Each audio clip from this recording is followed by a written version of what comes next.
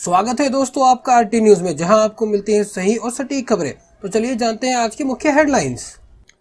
फिर हुआ नक्सली हमला। बाजीपुर में सुरक्षा बलों और नक्सलियों के बीच हुई मुठभेड़। सीआरपीएफ के 4 और डीआरजी का 1 जवान हुआ शहीद, तो वहीं 4 नक्सली भी मारे गए। हुगली में पीएम मोदी बोले, जब कोई ईवीएम को दोष देने लगे तो समझ जाओ कि उसका खेल खत्म। तो वहीं सचिन वजह की मुश्किलें बढ़ती नजर आ रही हैं। वजह की कस्टडी को 7 अप्रैल तक बढ़ा दिया गया है। कोर्ट ने एनआईए को मेडिकल फैसिलिटी मुहैया कराने को कहा। पिछले 24 घंटे में 89,000 से ज्यादा केस सामने आए हैं। पहले पीक से सिर्फ 9,000 कम। एक दिन में 713 लोगों की हुई मौत। ममता बनर्जी की चोट पर संबित पात्रा का तंज। कहा, बेचारा पैर खुद बता रहा है कि वह कितना दर्द में है। तो चलिए जानते हैं एक एक करके सभी बड़ी खबरों को। छत्तीसगढ़ के बाजीपुर में शनिवार को सुरक्षा बलों और नक्सलियों के बीच मुठभेड़ हो गई। इसमें 5 जवान शहीद हुए हैं। इनमें 4 सीआरपीएफ और 1 डीआरजी का जवान है। 3 नक्सली भी मारे गए हैं। इसमें एक महिला भी शामिल है। मुठभेड़ तरमे थाना क्षेत्र के जंगलों में हुई। मुठभेड़ में सुरक्षा बल के 10 जवान घायल भी हुए। एसपी कमल लोचन कश्यप ने मुठभेड़ की पुष्टि की है। मुठभेड़ झीरम हमले के मास्टरमाइंड हिडमा के गांव में हुई। हमला करने वाले नक्सली उसी टीम के सदस्य थे। काफी लंबे समय से गांव में नक्सलियों का जमावड़ा लग रहा था। इसकी सूचना मिलने पर जवान वहां पहुंचे थे।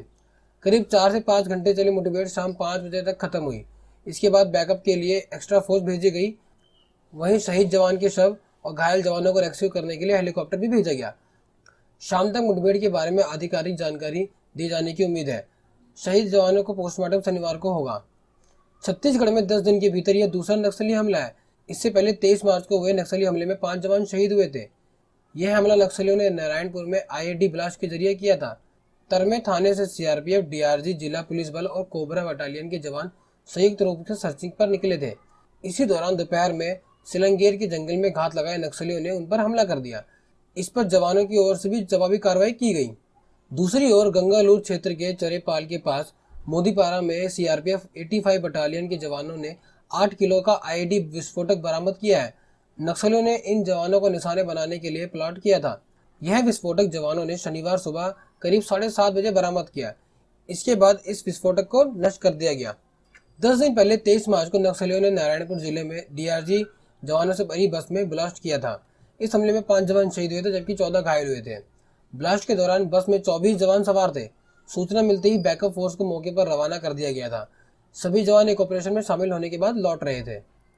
तो वहीं अगली बड़ी खबर हुगली से, जहां प्रधानमंत्री नरेंद्र मोदी ने शनिवार दोपहर 2:30 बजे हुगली के ताड़केश्वर में रैली की। मोदी ने ममता पर तंज कसते हुए कहा कि जब कोई ईवीएम को दोष देने लगे तो समझ लीजिए कि उसका खेल खत्म हो चुका है। मोदी ने कहा कि क्रिकेट के मैदान में कोई खिलाड़ी बार बार अंपायर पर सवाल उठाए तो समझ लीजिए कि उसके खेल में खोट है। मोदी ने कहा कि बंगाल के लोग हर परीक्षा में पास हुए हैं। फेल तो वो लोग हुए जिन्होंने बंगाल को विकास नहीं किया। आज बंगाल के लोगों ने फिर एक बार परिवर्तन की कमान संभाल ली है। सोनार बांग्ला के विजन में यहाँ के लोग बीजेपी की सरकार बनाना चाहते हैं। इसलिए यहाँ के लोगों ने पहले 2 चरण में ही बीजेपी की जीत का रास्ता तय कर दिया है। 2 मई को क्या नतीजे आएंगे, इसकी झलक हम 2 दिन पहले ही नंदीग्राम में देख चुके हैं। मोदी ने कहा कि मुझे पता है कि हर चरण के मतदान के साथ दीदी की बौखलाहट बढ़ती जा रही है। उन्होंने कहा, दीदी हार आपके सामने है, इसे स्वीकार कीजिए। हुगली के लोगों की आवाज सुनिए। दीदी निर्वाचन खेल नहीं है, गणतंत्र खेल नहीं है। मोदी ने कहा कि बंगाल के लोगों ने ही ममता को 10 साल पहले सिराखों पर बैठाया था, लेकिन दीदी इन्हीं का अपमान कर रही है।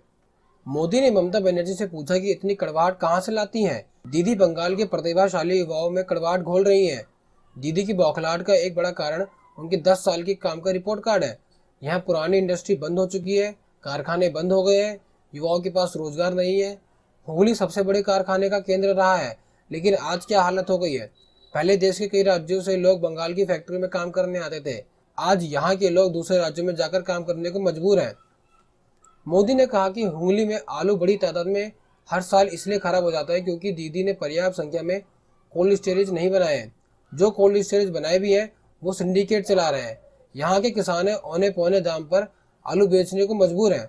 2 मई को भाजपा की सरकार बनने के बाद सबसे पहले किसानों के हित में फैसला लिया जाएगा। कैबिनेट का पहला फैसला यहाँ के किसानों को सहायता राशि देना होगा। ममता बनर्जी ने जो पैसे नहीं दिए हैं वो सरकार बनते ही बांटे जाएंगे। हर किसान को 18,000 रुपये मिलेंगे। मैं चाहता हूं कि दुर्गा पूजा से पहले यह पैसा किसानों के खाते में पहुंच जाए। मोदी ने कहा कि केंद्र की हर योजना के सामने दीदी दीवार बनकर खड़ी होती थी। बिना गारंटी के गरीबों को लोन देने की स्कीम, आयुष्मान योजना के तहत 5 लाख तक के इलाज की योजना लागू है, लेकिन ममता बनर्जी ने यह सब बंगाल में लागू होने ही नहीं दी। एंटीलिया केस में गिरफ्तार मुंबई पुलिस के सस्पेंडेड एपीआई सचिन वजह की कस्टडी 7 अप्रैल तक बढ़ा दी गई है। स्पेशल कोर्ट ने एनआईए को निर्देश दिए हैं कि वह वजह को हर तरह की मेडिकल फैसिलिटी उपलब्ध कराए। वजह की हिरासत अवधि आज खत्म हो रही थी। इसके मद्देनजर एनआईए की टीम वजह को लेकर स्पेशल कोर्ट पहुंची। कोर्ट लाने से पहले एनआईए ने वजह की मेडिकल जांच भी कराई। एनआईए की स्पेशल कोर्ट ने जांच एजेंसी को निर्देश दिया है कि 7 अप्रैल को अगली पेशी के दौरान वह वजह के स्वास्थ्य और उनकी बीमारियों पर डिटेल रिपोर्ट पेश करे। इससे पहले सचिन वजह के वकील रौनक नाइक ने अदालत को एक एप्लीकेशन लिखी थी। इसमें उन्होंने कहा कि वजह को सीने में दर्द के साथ साथ हार्ट में 90% के 2 ब्लॉकेज है। ऐसी हालत में वजह को उनके कार्डियोलॉजिस्ट से मिलवाया जाए ताकि उनका मेडिकल ट्रीटमेंट शुरू हो सके। इधर सचिन वजह के भाई सुधाराम ने एनआईए की स्पेशल कोर्ट में एप्लीकेशन लगाकर उनसे मुलाकात की इजाजत मांगी है। सुधाराम ने सचिन को कपड़े देने के लिए कोर्ट रूम में ही 5 मिनट की मुलाकात का समय देने की गुजारिश की है। अदालत ने इसे मान लिया। इसके बाद कोर्ट रूम में ही सचिन और सुधाराम के बीच 5 मिनट की मुलाकात हुई। इधर सचिन वजह को लेकर एनआईए ने एक नया बड़ा खुलासा किया है। सचिन वजह मुंबई के एक नरीमन पॉइंट स्थित एक 5 स्टार होटल में एक कमरे से कथित तौर पर फिरौती का एक रैकेट चला रहा था। इस कमरे में जावरी बाजार के एक बिजनेसमैन ने 100 दिन के लिए बुक किया था, जिसके लिए 12 लाख का भुगतान किया जा चुका था। एनआईए की जांच में सामने आया है कि सचिन वजह के लिए मुंबई के एक ट्रैवल एजेंट ने स्वर्ण कारोबारी के कहने पर 19वें फ्लोर पर कमरा नंबर 1964 बुक कराया था। आईडी प्रूफ में होटल को उनका फेक आधार कार्ड दिया गया था, जिसमें वजह का नाम सुशांक सदाशिव खामकर दर्ज था। एनआईए को होटल से कई सबूत हाथ लगे। इनमें सीसीटीवी फुटेज, बुकिंग रिकॉर्ड और स्टाफ का बयान शामिल है। देश में कोरोना संक्रमण की स्थिति बदतर होती जा रही है। बीते 24 घंटे में 89,019 नए मरीज सामने आए हैं। इसके मुकाबले सिर्फ 44,176 संक्रमित ठीक हुए हैं, जबकि इस महामारी में 713 लोगों की मौत हुई है। एक्टिव केस यानी इलाज करा रहे मरीजों की संख्या 44,123 की बढ़ोतरी हुई। एक दिन में संक्रमित हुए लोगों का आंकड़ा पहले पीक से सिर्फ 9,000 कम है। इससे पहले 16 सितंबर को सबसे ज्यादा 97,860 मरीज सामने आए थे। इसके बाद यह आंकड़ा कम होना शुरू हो गया था। कोरोना के बढ़ते मामलों के मद्देनजर महाराष्ट्र में 1ली से 8वीं क्लास तक की परीक्षाएं निरस्त कर दी गई हैं। राज्य की शिक्षा मंत्री वर्षा गायकवाड़ ने शनिवार को कहा कि कक्षा 1 से 8वीं तक के सभी छात्रों को बिना परीक्षा के पास किया जाएगा। अगले आदेश तक सभी स्कूल भी बंद रहेंगे। शिक्षा मंत्री ने कहा कि 9वीं और 11वीं कक्षा के छात्रों के बारे में सरकार जल्दी ही फैसला लेगी। देश में अब तक करीब 1 करोड़ 24 लाख लोग इस महामारी की चपेट में आ चुके हैं। करीब 1 करोड़ 15 लाख ठीक हो चुके हैं, तो वहीं 1,64,000 ने अपनी जानें गंवाई हैं। 6,55,000 लोग इलाज करवा रहे हैं। ये आंकड़े covid19india.org से लिए गए हैं। आप भी इन्हें चेक कर सकते हैं। पश्चिम बंगाल की मुख्यमंत्री ममता बनर्जी के पैर पर लगी चोट पर भाजपा नेता और प्रवक्ता संबित पात्रा ने तंज किया है। पात्रा ने अपने सोशल मीडिया अकाउंट पर एक वीडियो शेयर करते हुए लिखा है, बेचारा पैर हिल हिल कर बता रहा है कि वह कितने दर्द में है। दरअसल इस वीडियो में व्हील चेयर पर बैठी ममता बनर्जी को अपने चोटिल पैर को बार बार हिलाते हुए देखा जा सकता है। बताया जा रहा है कि यह वीडियो नंदीग्राम में एक टीएमसी कार्यकर्ता के घर का है। ममता यहाँ कार्यकर्ताओं के साथ बैठक कर रही है। इस दौरान ममता बनर्जी व्हील चेयर पर बैठी हुई है। सामने एक टेबल लगा है। इसके नीचे ममता बनर्जी अपने बैंडेज लगे चोटिल पैर को तेजी से हिलाते हुए पार्टी वर्कर से बांग्ला में बात कर रही है।